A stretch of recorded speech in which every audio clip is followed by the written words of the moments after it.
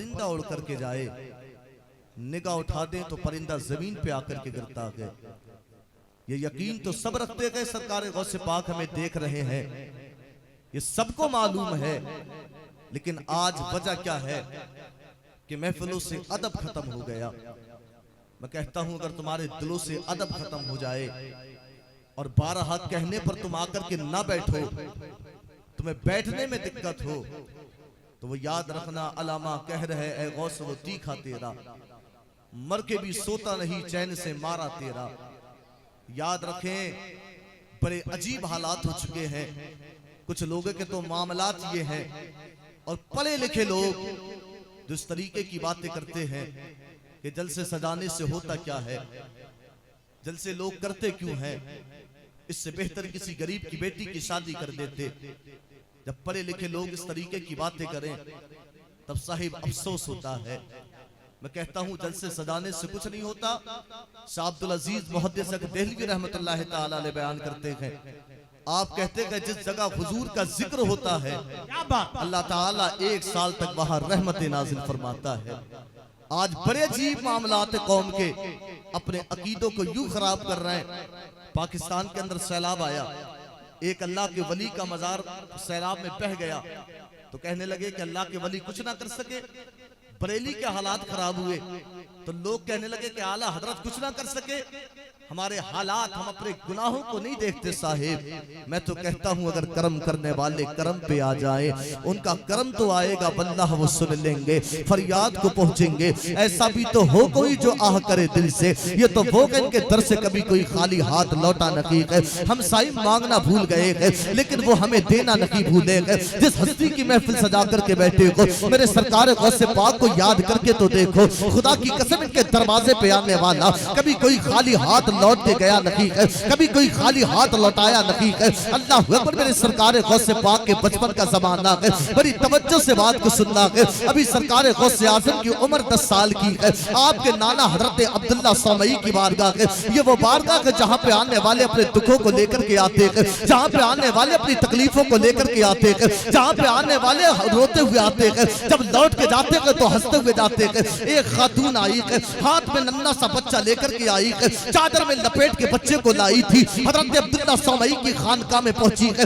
अपने बच्चे को अब्दुल्ला सौमई को दिखाया। अब्दुल्ला सौमई ने देखने के बाद कहा था, एक खातून अपने बच्चे को ले जा, तेरा बेटा इंतकाल कर चुका है, तेरा बेटा मर चुका है। लेकिन खातून ने अपने घर का रुख न किया। यही नन्ना सा बच्चा 10 साल की उम्र है, खातून के करीब आया। आने के बाद कहा था, खातून बता तो सकी वापस लौट के जाती क्यों रखी है। तब खातून ने कहा था, जाऊं तो जाऊं कहा, ये आने वाला आया था, इसने कह दिया मेरा बेटा इंतकाल कर चुका है, इसने कहा मेरा बेटा मर चुका है, लेकिन मेरे बेटे के अलावा मेरे कोई सहारा नहीं है। इसका बाप दुनिया में, इसका बाप इसके आने से पहले इसका इंतजार करते करते दुनिया से चला गया। जब मेरा बेटा दुनिया में आया, इसका अपना बाप देखना नसीब ना हुआ। मेरा आखिरी सहारा मेरा बेटा है। मेरा बेटा सूख कमजोर होने लगा, मेरे बेटे को ऐसी बीमारी लाहिक हो गई, मेरा बेटा कमजोर होने लगा। मैंने अपने बच्चे का बड़ा इलाज कराया, बड़े बड़े अच्छे डॉक्टरों को दिखाया, बड़े बड़े अच्छे तबीबों को दिखाया, बड़े बड़े अच्छे डॉक्टरों से इलाज कराया, लेकिन मेरे बेटे का कहीं इलाज ना हो सका।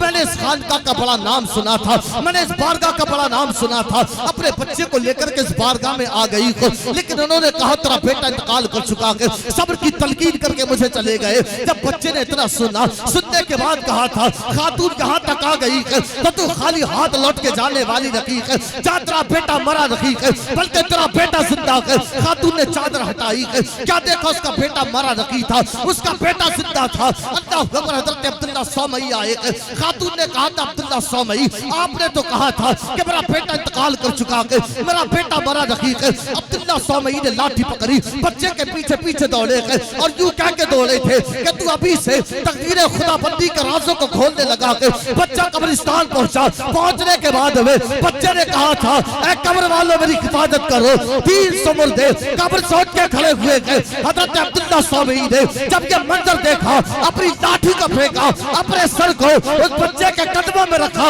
रखने के बाद कहा था, तेरा मकाम तो बड़ा आला है, हम तेरे सामने अपने सर को खम करते हैं। इसी मंजर पे नजर जब आला हजरत की पड़ी तो कलम उठा के लिखा, वाह क्या मर्तबा ऐ गौसे बाला तेरा, ऊंचे ऊंचों के सरों से कदम आला तेरा, सर भला क्या कोई जाने कि है कैसा तेरा, औलिया मरते के आके वो है तलवा तेरा। नारे तकबीर, नारे रिसालत, नारे गौसियत, मसलके आला हजरत अंजुमन गुलामाने गौसुल वरा सिरोली, नारे तकबीर। वही मुफ्ती साहब बहुत अच्छा भी हजरत, माशाअल्लाह। सुन लेंगे, क्या बात है हजरत, वो सुन लेंगे, फरियाद को पहुंचेंगे। ऐसा भी तो हो कोई जो आह करे दिल से, उनके यहाँ से कभी कोई खाली हाथ लौटा नहीं है। लेकिन साहिब हम मांगना भूल गए, वो हमें देना नहीं भूले हैं। कितना करम मेरे सरकार गौसे पाक फरमाते हैं। मैं तो ये कहता हूँ मुझे शाम का जो खाना नसीब होता है वो भी मेरे सरकार गौसे पाक के वसीले से मुझे मिलता है। लेकिन हालात कौम के बड़े बदतर होते जा रहे हैं।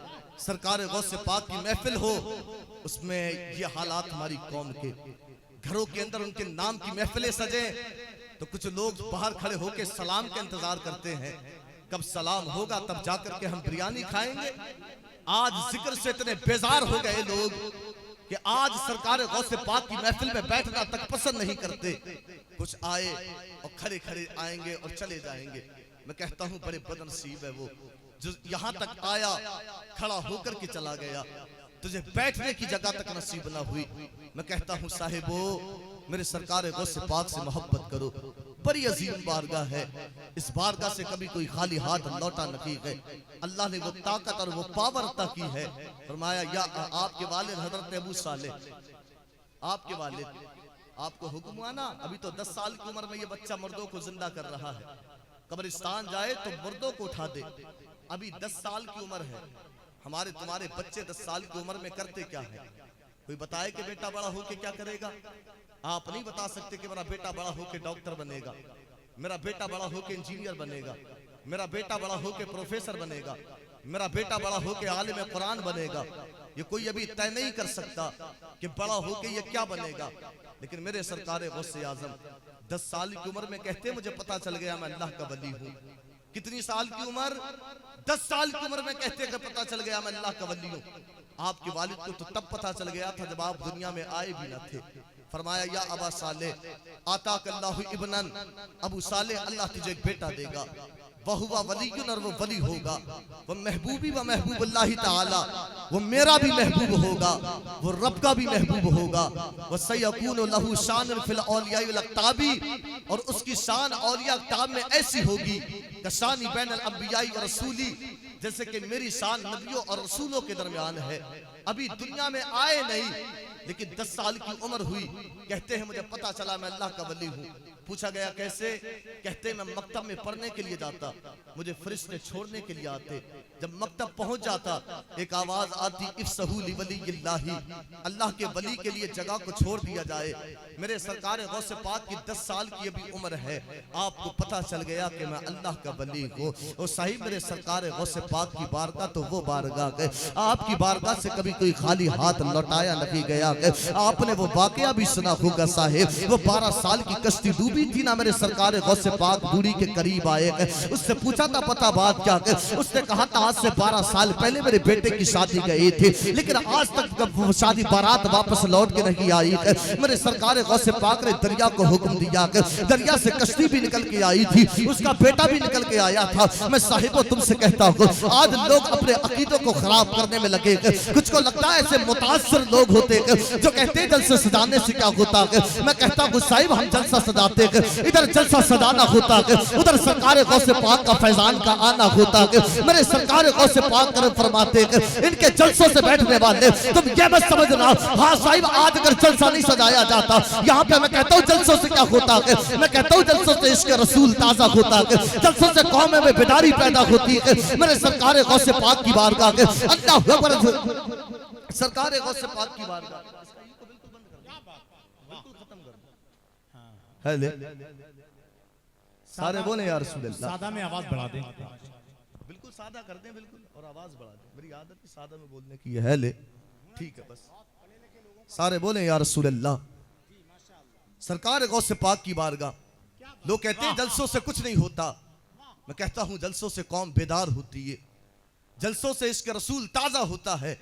ये बच्चे जो आप बैठे हुए देख रहे हैं, मुझे बताओ कि अगर आज जलसा नहीं होता ये यहां बैठे होते? ये नबी पाक अलैहिस्सलाम के नारे लगा रहे होते, ये हुजूर पाक अलैहिस्सलाम का जिक्र कर रहे होते, ये मौका हमें नसीब होता है। मैं कहता हूँ कितने लोग ऐसे हैं जो किताबों से इल्म हासिल करते हैं। गरीब नवाज की आपने शान सुनी तो क्या किताबों से आपने पढ़ के सुनी? नहीं साहेब, ये जलसे हैं जहां से सरकार गरीब नवाज का फैजान तुम्हें मिलता है, जहां से सरकार गौसे आजम का फैजान तुम्हें मिलता है। सरकार गौसे आजम की वो बारगाह, सुनो जलसों से होता क्या है। अल्लाह अकबर, बारगाह आपकी है। नजमुद्दीन अय्यूब अपना 10 साल का बेटा लेकर के मेरे सरकार गौसे पाक की बारगाह में आए। आने के बाद कहा आप मेरे बच्चे के हक में दुआ करें। सरकार गौसे पाक ने बच्चे के हक में दुआ की। वो साहिब बड़ी तवज्जो से बात को सुनना। मैं कहता हूँ आज के माँ बाप कहाँ गए जो अपने बेटों को ले जाकर के कभी इमाम साहब के पास भी लेकर के नहीं आता, सैयद सलीम मियाँ साहब के पास लेकर के क्या जाएगा? कौन है ऐसा जो जा ला करके कहे इमाम साहब मेरे बेटे के हक में दुआ करे ये आलिम कुरान बने, मेरे बेटे के हक में दुआ करे ये कारी कुरान बने? नहीं साहेब, ये पहले के लोग थे। नजमुद्दीन अय्यूब अपना 10 साल का बच्चा लेकर के मेरे सरकार गौसे पाक की बारगाह में आए। आने के बाद कहा कि आप दुआ करें इसके हक में। मेरे सरकार गौसे पाक ने दस्ते शफकत उस बच्चे के सर पर रखा। रखने के बाद कहा था अल्लाह इसे अजीम मुजाहिद बनाएगा, अल्लाह इसे वक्त का फातेह बनाएगा, इसके हाथ पर बड़ी बड़ी जंगें फतह होंगी। वही बच्चा बड़ा हुआ, दुनिया ने देखा कि वही सलाहुद्दीन अय्यूबी कहलाया। सलाहुद्दीन अय्यूबी अल कुद्स को फतह किया और फतह करने के बाद एक नई बात आपको मैं बताऊं, बैतुल मुक़द्दस को फतह करने वाला सलाहुद्दीन अय्यूबी ये कहीं और से नहीं आया था, ये मेरे सरकार गौसे पाक के जलसों में बैठ करके आया था। सलाहुद्दीन अय्यूबी ये कहीं और से नहीं आया था, ये सरकार गौसे पाक का फैजान लेकर के आया था। अल्लाह अकबर, अल कुद्स फतह हुआ। 70,000 की फौज थी, 70,000 की तादाद। उन 70,000 में ज्यादातर तादाद मेरे सरकार गौसे पाक के मुरीदों की थी। उन 70,000 में तादाद सरकार गौसे पाक के शागिर्दों की थी। तो पता यह चलता है कि जो अजीम फातेह, जो अजीम जंगजू इस्लाम के गुजरे हैं, वो सब मेरे सरकार गौसे पाक का फैजान लिए हुए मैदान में जब उतरते थे अल्लाह उनके हाथ पे फतह देता था। आज वजह क्या है? हर जगह जलील और रुसवा, हर जगह मारे जाएं, हर जगह काटे जाएं। वजह क्या है? तो साहिब मैं एक वजह ये भी कहूँगा, ये नहीं कहने से काम चलेगा कि सरकार गौसे पाक कुछ नहीं कर रहे हैं, आला हजरत कुछ नहीं कर रहे हैं। कभी अपने अमाल को देख करके देखना, कभी अपने गिरेबान में झांकना। आओ बगदाद की तारीख पढ़ो। बगदाद जब हिलाकू खान अपना लश्कर लेकर के बगदाद पे इसने चढ़ाई की ना, तो अलाउद्दीन ख्वारज़म रहमतुल्लाहि ताला अलैह अपनी फौज को लेकर के इसे रोकने के लिए आए। और रोकने के लिए जब आए, सामना किया तो कहा मैं इसका सामना नहीं कर सकता। क्यों? कहा इसकी फौज के ऊपर औलिया की रूहें और फरिश्ते इसकी फौज से कह रहे हैं या अय्युहल कफरतु उक्तलुल फजरा, ए काफिरो इन बदवक्त मुसलमानों को मारो। ये कलमा तो हुजूर का पढ़ते हैं, लेकिन इनके हालात मैं आपसे पूछना चाहता हूं। मेरे सरकार गौसे पाक की महफिल में बैठने वालों, कभी अपने गिरेबानों में झांक करके देखना। तुम कहते हो जुल्म और सितम हो रहा है, तुम कहते हो मारे जा रहे हैं, तुम कहते हो काटे जा रहे हैं। अल्लाह अकबर, एक वो थे कि बाप लेकर के आता था इसके हक में दुआ करें। मेरे सरकार गौसे पाक को अल्लाह ने इतना बड़ा मकाम अता किया। आप इतने बड़े अल्लाह के वली, लेकिन हमारी कौम के तो हालात यह है साहेब, वो वक्त का पीर, पीरों का पीर जो वलियों मुर्दों को जिंदा करे, कब्रिस्तान से मुर्दों को उठा दे, जो 12 साल की डूबी हुई कश्ती को तैरा दे, उसका आलम यह है कि 40 साल तक इशा के वजू से फजर की नमाज अदा करते रहे, 15 साल तक हर रात में कुरान मजीद को मुकम्मल करते रहे। उसकी इबादत का आलम ये, इस्तिकामत का आलम ये कि सिजदे की जगह कहते हैं सांप है, उसने मेरी तरह मुंह खोल दिया। यहां तो सांप क्या साहिब, अगर मक्खी आकर के बैठ जाए तो नमाज में हाथ मारेगा उस पर, अगर मच्छर आके बैठ जाए तो फौरन हाथ मारेगा। यहां तो इतने अजीब हालात हैं। पीछे तो इमाम के होता है, लेकिन ख्याल ये होता है कि बाजार जाना है, टमाटर खरीदने हैं, 1 किलो आलू खरीदने हैं, इतनी प्याज लेनी है, इमाम के पीछे है, लेकिन नमाज में दिल नहीं है। फिर कहता नमाज दुरुस्त नहीं होती, नमाज सही नहीं होती। मैं कहता हूं मेरे सरकार गौसे पाक की इस्तिकामत देखें। मुसल्ले की जगह सांप आया, उसने मुंह को खोल दिया। आप घबराए नहीं, नियत नहीं तोड़ी, सिजदा किया। कहते हैं वो सांप मेरे गले में गया और गले से मेरी आस्तीन में गया, आस्तीन के जरिए बाहर निकल गया। कहते हैं अगला दिन आया, मैं उसी मस्जिद में गया, उसी मस्जिद में कहते हैं मैंने एक बड़ी बड़ी आंखों वाला कोई देखा। मैं समझ गया ये कोई इंसान नहीं है। उसने कहा था अब्दुल कादिर जानना चाहते हो मैं कौन हूं? कहा कौन? कहा कल जो तुम्हारी आस्तीन के जरिए से सांप निकला था, जो तुम्हारे गले में सांप घुसा था, वो कोई और नहीं था, वो मैं ही था। मैंने न जाने कितने अल्लाह के वलियों को आजमाया है, लेकिन आप जैसा इस्तिकामत पे कायम मैंने किसी को नहीं पाया। मेरे सरकार गौसे पाक की इस्तिकामत का आलम ये था, खुदा की कसम। लेकिन हमारे हालात तो इस कौम के ये हैं, वो सरकार गौसे पाक इतना डरे, ईद का दिन है लोग खुशियां मनाएं, आप कहते नहीं नहीं नहीं, मेरे लिए ये ईद का दिन नहीं है। अब्दुल कादिर के लिए ईद का दिन तो तब होगा जब अब्दुल कादिर अपना ईमान सलामत दुनिया से लेकर के जाएगा। हरम में कंकरियों पर सर रख के कह रहे थे मेरे अल्लाह मेरे गुनाहों को माफ कर दे, मेरे अल्लाह मेरी खताओं को माफ कर दे, वरना कयामत के दिन मुझे अंधा उठाना ताकि नेक लोगों के सामने मुझे रुस्वा ना होना पड़े। मैं तेरा सामना कैसे करूंगा? आज इस कौम के हालात ये, अपने आप को सरकार गौसे पाक का मुरीद कहे, नमाजों से दूर हो, कुरान से दूर हो, इस्तिकामत से दूर हो। इनके हालात तो ये कलमा तो हुजूर का पढ़ते हैं, मुरीद तो सरकार गौसे पाक का कहलाते हैं। इस कौम के अंदर कौन सा गुनाह नहीं पाया जाता? हमारी कौम के जवान स्मैक का नशा करें, गांजा हमारी कौम के जवान पिए, शराब नोशी ये कौम करे, जानी ये कौम, मुझे बताओ तो सही। फिर वो अल्लामा इकबाल ने कहा था ना कि सफेद दहर से बातिल को मिटाया किसने, तेरे काबे को जबीनों से बसाया किसने, तेरे कुरान को सीने से लगाया किसने, थे वो आबा तुम्हारे ही मगर तुम क्या हो, हाथ पे हाथ धरे मुंतजरे फरदा हो, तुमने क्या किया? आज तुम्हारे हालात देख करके मुझे रोना आता है। सरकार गौसे पाक से मोहब्बत, आज अकीदत होनी चाहिए सच्ची, लेकिन कुछ अकीदत सच्ची नहीं बल्कि अंधी अकीदत कर रहे हैं। पीर परस्ती करते करते मिल गया मुझको अल्लाह अल्लाह, बड़ी कव्वाली बजाई जाती है। पीर परस्ती करते करते अगर नमाजों से दूर है, रोजे से दूर है, कुरान से दूर है, वो तेरा पीर। अब तो पीर भी मार्केट के अंदर ऐसे ऐसे हैं, हाथों में अंगूठी पहना है, हाथ कले उसमें कड़ा पहना है, पीर साहब के बाल इतने इतने लंबे, और कहता बड़ा पहुंचा हुआ पीर है मेरा। फजर की नमाज पढ़ता है मदीने में, जोहर की पढ़ता है बगदाद में, असर की पढ़ता है गरीब नवाज के रोजे पर। मैं कहता हूं तेरा पीर इतना पहुंचा हुआ है, एक दिन ये तुझे जहन्नम पहुंचा देगा, तुझे खबर तक नहीं होगी, ये खुद भी जाएगा, साथ में तुझे भी लेकर के जाएगा। अगर पीर बनाना है तो किसी अच्छे पीर को बनाओ, ऐसे पीर खुदा की कसम जिन्हें देखने के बाद में अल्लाह के जलवे नजर आए, जिन्हें देखने के बाद में दिमाग दिल करे कि काश इसी पीर की, उस पीर को देखने के बाद ऐसा लगे कि ये मेरा पीर है। उसकी नमाजों को देखो, उसकी तिलावत को देखो, उसके अखलाक को देखो, उसके किरदार को देखो, तब जाकर के अपने पीर से सीखो। लेकिन हमारे हालात तो ये हैं, ऐसों को अपना पीर बनाते हैं कि जिनके ना दाढ़ी सलामत है, दाढ़ी बिल्कुल कटी हुई, हाथ में अंगूठी है, कोई लुटिया वाले पीर, झोला वाले पीर, ये वाले पीर, वो वाले पीर। और हमारी माएँ बहनें, इनके क्या कहने, ऐसे ही पीरों के पास जाती हैं और जाने के बाद अपने बच्चे को साथ में लेकर के जाई, पीर साहब मेरे बेटे के लिए तावीज़ कर दो, पीर साहब मेरे बेटे के लिए ये कर दो, पीर साहब मेरे बेटे के लिए वो कर दो। मैं माओ तुमसे कहना चाहता हूं, तुम्हें किसी पीर के पास जाने की जरूरत नहीं है। अल्लाह ने सबसे बड़ा तावीज़ तुम्हें बनाया है, अपने सरों को सजदे में झुका दे, अपने बेटे के हक में दुआ कर, खुदा की कसम तेरे हाथ नीचे बाद में आएंगे, अल्लाह तेरी बेटी की तकलीफ को पहले दूर फरमाएगा। हमारी माँ के हालात ये होने चाहिए, लेकिन नहीं साहेब, वो बाप था कि जो अपने बच्चे को लेकर के आता था और कहता था मेरे बेटे के हक में दुआ करे। सरकार गौसे पाक दुआ करते थे, वो सलाहुद्दीन अय्यूबी बनता था।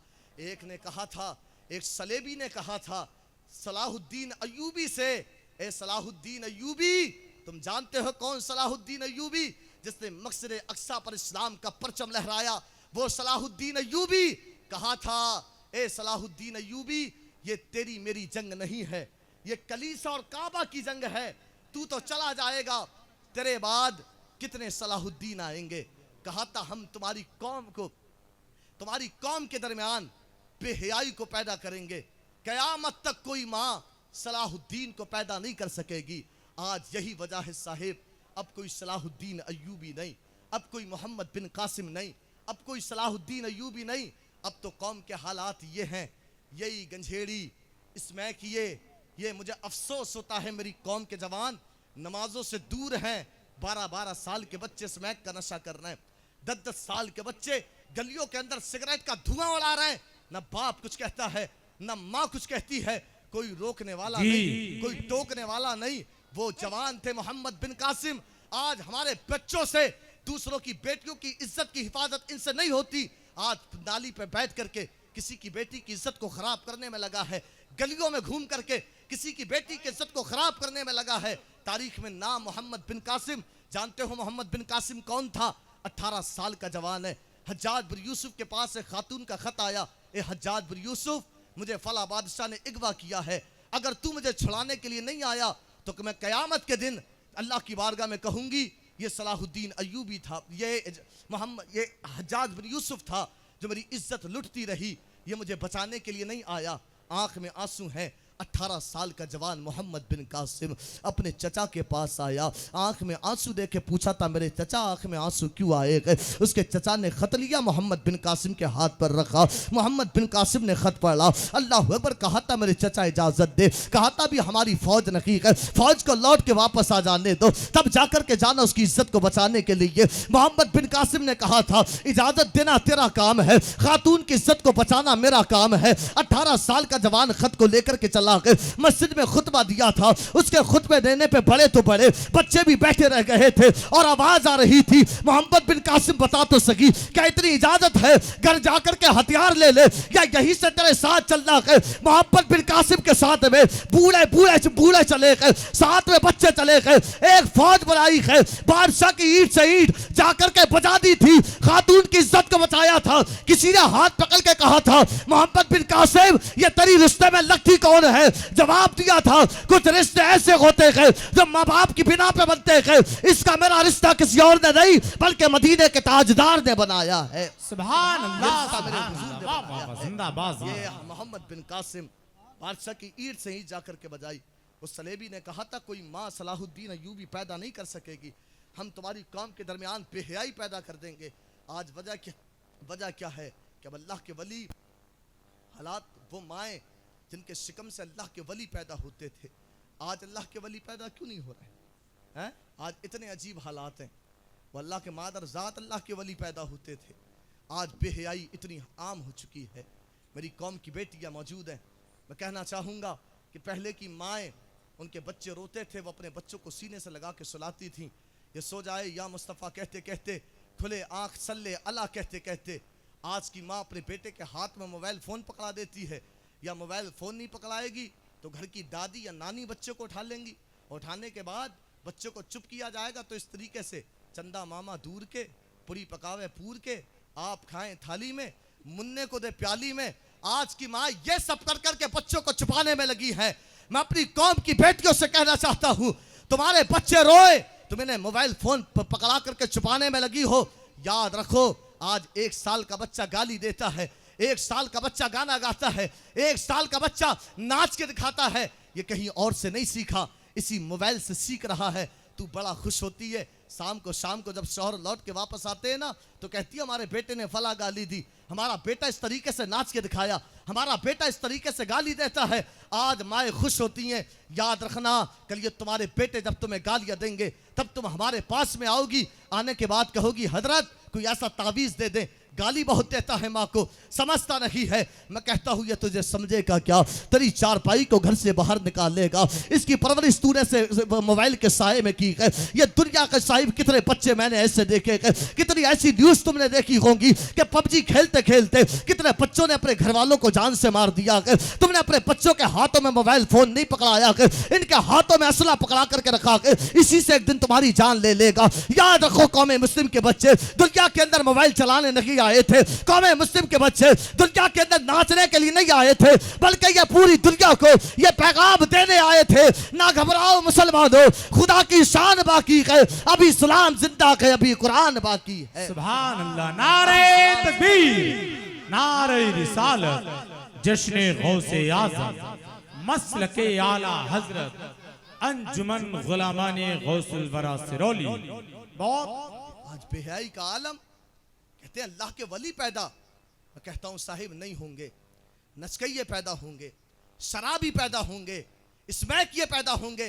आज अफसोस होता है 4-5 आए लोग देख के कहें टूटने आ रही हैं। नाम फारूक है, नाम आजम है, नाम इकबाल है। मेरे कौम मुस्लिम के वो जवान जिनकी तो शान ये थी कि दस्त तो दस्त दरिया भी न छोड़े हमने, बहरे जुल्मात में दौड़ा दिए घोड़े हमने, न मस्जिद में न बैतुल्लाह की दीवारों के साये में, नमाज इश्क अदा करते थे तलवारों के साये में। आज तो हालात ये है मस्जिद वीरान है, आज तो हालात ये है कि मस्जिद वीरान है। वो अल्लामा इकबाल ने कहा था ना कि पाकिस्तान के अंदर जब मस्जिद शब बनाई गई तो अल्लामा इकबाल ने कहा था मस्जिद तो बना दी शब भर में, ईमा की हरारत वालों ने मन अपना पुराना पापी था, बरसों में नमाज ही बन ना सका। सरकार गौसे नारे तकबीर, नारे रिसालत, नारे गौसियत, मसलके आला हजरत माशाअल्लाह खतीब आज़म हिंदुस्तान, खतीब यूरोप एशिया हजरत अल्लामा मौलाना अहमद रजा मंजरी साहब क़िबला, हिंदुस्तान का बहुत ही अजीम खतीब अपनी बज़्म मोहब्बत में तशरीफ ला चुके हैं माशाअल्लाह। सईद अख्तर साहब के बाद फौरन ही हजरत का खिताब होगा।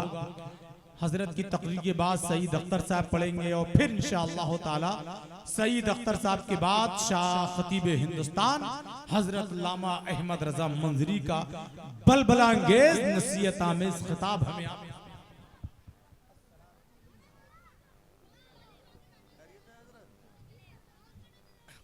मेरे नूर पर आप देख रहे हैं खतीब अहले सुन्नत अहमद रजा मंजरी साहब क़िबला तशरीफ ला चुके हैं। मैं अपनी गुफ्तगू को मुकम्मल कर रहा हूँ। जान मिल्लत इस्लामिया मेरे सरकार गौसे पाक की महफिलें बड़ी बरकत वाली हैं। हाँ, यहाँ से फैज़ान मिलता है, हो जाओ यार, यहाँ से फैज़ान मिलता है। ये ना सोचा करें कि जलसे सजाने से क्या होता है, कुछ नहीं होता। वो जलसा सुन कर के ही सलाहुद्दीन अय्यूबी चला था जिसने मस्जिद अक्सा को आज़ाद कराया था। उस फौज में ज़्यादातर सरकार गौसे पाक के शागिर्द मौजूद थे। आज मैं अर्ज़ कर रहा था अपनी माओ बहनों से, आज बड़े हालात ख़राब हैं।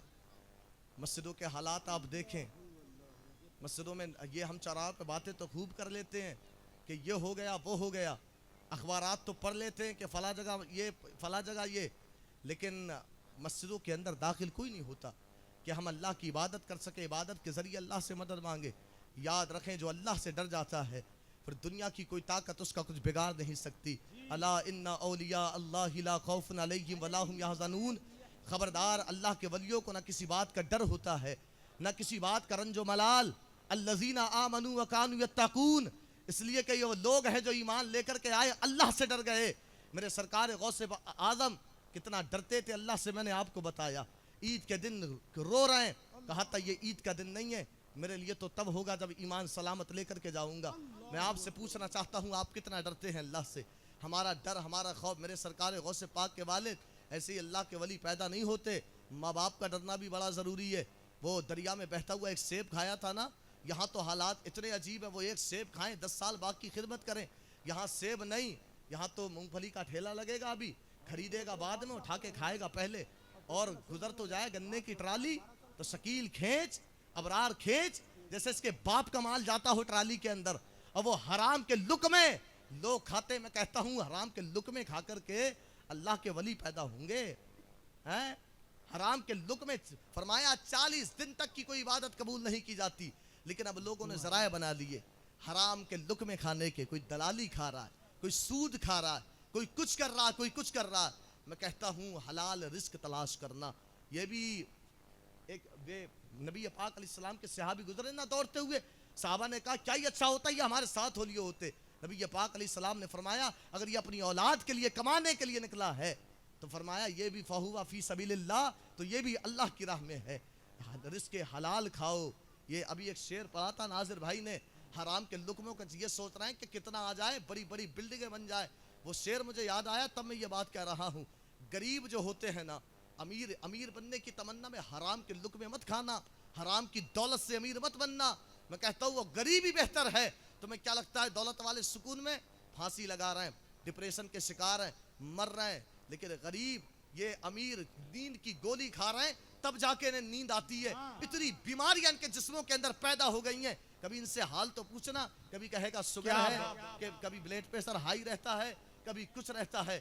एक शेर कहा था कि फुटपाथ पे पे सो जाते हैं अखबार बिछाकर, मजदूर कभी नींद की गोली नहीं खाते। दावत तो बड़ी चीज है, हम जैसे कलंदर हर एक के पैसे की दवा भी नहीं खाते। हाँ, तो ये हालात है। मेरे सरकार गौसे पाक के वालिद ने सेब खाया था, ज़मीर पुकार उठा, अबू साले ये सेब मालिक की इजाजत के बगैर खा लिया। इसलिए मैं कहता हूँ जब बाप डरने वाला हो और माँ उम्मुल खैर फातिमा हो, जब इन दोनों का चमन बनता है तब एक कली खिलती है। जमाना जिसे गौसे आजम कहता है, मुझे यूं कहने दो, अगर बाप आला हजरत हो तो बेटा मुफ्ती आजम बनता है, बाप आला हजरत हो बेटा हुज्जतुल इस्लाम बनता है, बाप हुज्जतुल इस्लाम हो बेटा मुफस्सिर आजम बनता है, बाप मुफस्सिर इस्लाम आजम हो तो बेटा ताज शरिया बनता है, और बाप ताज शरिया हो तो बेटा वक्त का कायदे मिल्लत बनता है। माँ बाप का नेक होना, क्या बात है, जिंदाबाद। माँ बाप का नेक होना बड़ा जरूरी है। नेक बने ताकि औलाद हमारी जो पैदा हो वही जाकर के अल्लाह की वली बने। वरना याद रखें, गंजेड़ी इसमें क्योंकि कमी नहीं है, बदनाम हो गई है ये कौम, बदनाम। और कह रहे हैं कि मदद नहीं आ रही है अल्लाह की। मैं कहता हूँ किस मुंह से कह लेते हो अल्लाह की मदद नहीं आ रही है? तुम्हारे आमाल तुम्हें कोसते हैं। कभी अपने आमाल को देखो। फलियहज़रिल्लज़ीना युखालिफूना अन अमरिही अन तुसीबहुम फितना और युसीबहुम अज़ाबुन अलीम। चाहिए कि लोग मेरे रसूल की मुखालफत करने से बचें, या तो फितनों में गिरफ्तार करूंगा, या सख्त अजाब में मुब्तला करूंगा। ये अल्लाह की आजमाइश से हैं। अल्लाह की इबादत करें। जिस दिन अल्लाह के हो गए फिर तुम्हारी पावर यही होगी। 313 मैदान में उतरे तो बदर के मैदान में झंडे गाड़ते हुए नजर आते हैं। साहिब हर सब कुछ तुम्हारा होगा कि मोहम्मद से वफा तूने तो हम तेरे हैं। ये जहां चीज है कि अल्लाह कलम तेरे हैं। मेरे बोलने में लफ्ज़न सहबन कसरन अमलन अमदन जो भी गलत वाक़ई हुई, और अब ताला से दुआ है मुझे माफ़ फरमा। हम सबको सरकार गौसे पाक से सच्ची मोहब्बत करने की तौफीक अता फरमा। अकीदत रखें, मोहब्बत रखें, जलसे सजाएं, घरों के अंदर उनके नाम की महफिलें सजाएं। वल्लाह वो सुन लेंगे, फरियाद को पहुंचेंगे। ऐसा भी तो हो कोई जो आह करे दिल से, वरना बहकाने वाले बहुत